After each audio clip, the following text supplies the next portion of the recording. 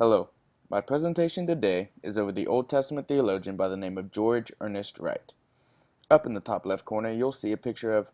Wait, that's not the right George. Oh well, we can just move on. George was born in 1909 to a Presbyterian ministerial family.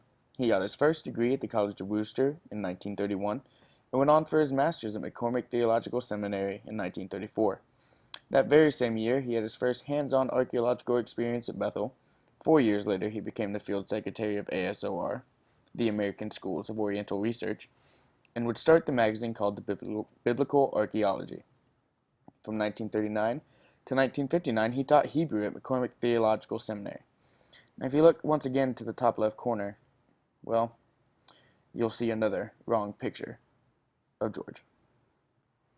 During his lifetime, he wrote 4 major books: The Challenge of Israel's Faith in 1944, The Old Testament Against Its Environment in 1950, The Old Testament Theology in 1969, and God Who Acts, Biblical Theology's Recital in 1952. In 1959, he became the Parkman Chair of Divinity at Harvard, and in 1966, he accepts the position of president of the ASOR. And then in 1974, he passes due to a heart attack. If you look, well, hey, if it's going to be the wrong George, I'm okay with this one. It's better than some dead old president or something. I think I spoke too soon.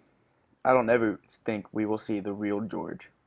Anyways, one of his main focuses of doing biblical theology well was the balancing game that has to be played between the historical context and critical analysis and the processes of systematic theology. It takes the two working together to truly do biblical theology well. Here's a quote from one of his works. "It is fundamentally an interpretation of history, a confessional recital of historical events as the acts of God, events which lead backward to the beginning of history and forward to its end." I guess we'll see whose picture's up next. Geez Louise, someone needs to fire whoever it was who was finding these pictures. Anyways, Wright makes the claim that the mighty acts of God as seen in the Old Testament cannot be separated from the Sinai covenant.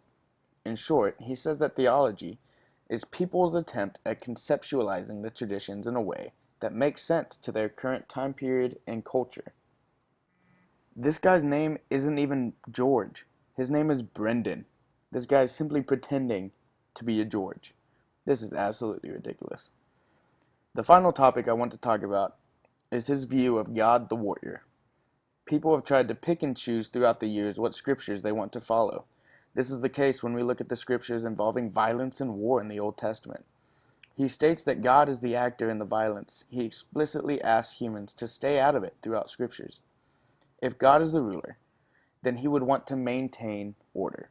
And to do that, there needs to be an enforcer. He then makes the statement that God the warrior is simply the reverse side of God the lover and redeemer. Seeing God in the stories in the biblical text this way allows for a much more secular and realistic Christ, but the conflict found through this is both an opportunity for change and for possible judgment for failures. Finally, this is the right George.